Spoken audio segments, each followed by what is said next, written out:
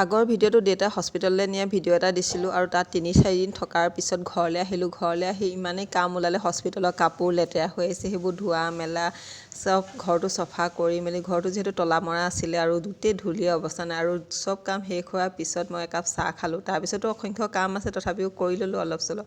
আৰু অকণমান দিনত ওলাই গৈ পিনে চাওমিন অলপ খাই আহিলোঁ মনৰ পচন্দৰ মতে, যিহেতু হস্পিটেলত থাকোঁতে মই ইমান ভালকৈ খাবই পোৱা নাছিলোঁ। মানে কি আৰু, হস্পিটেলৰ কামখিনি কৰি থাকোঁতেই মোৰ টাইমবোৰ গুচি গৈছিলে আৰু খোৱা বোৱা মোৰ মানে টাইমেই নাপাওঁ, তেনেকুৱা হৈছিলে। আৰু এয়া ঘৰলৈ আহিলোঁ, যিহেতু ৰিলিজ দিলে ৩-৪ দিনৰ মূৰত আহি মই টিউশ্যনটো কৰিলোঁ। আৰু এয়া আজি ৰাতিৰ ভাত সাজটো এনেকৈ, মোৰ ফ্ৰাই মাছ খাই বহুত ভাল লাগে, মানে জোলৰ মাছতকৈ মোৰ ফ্ৰাই মাছৰ প্ৰতি মানে আগ্ৰহটো বেছি। আৰু আলু আৰু পিঁয়াজ দি অলপ ভাজিছিলোঁ, এয়া জ্বলিয়ে থাকিলে দেখিছেনে, আৰু গৰম গৰম ধোঁৱা ওলোৱা ভাত আৰু অলপ চাটনি আছিলে, মই কিন্তু পাহৰি থাকিলোঁ খাবলৈ, সময় পিছতহে মনত পৰিছে।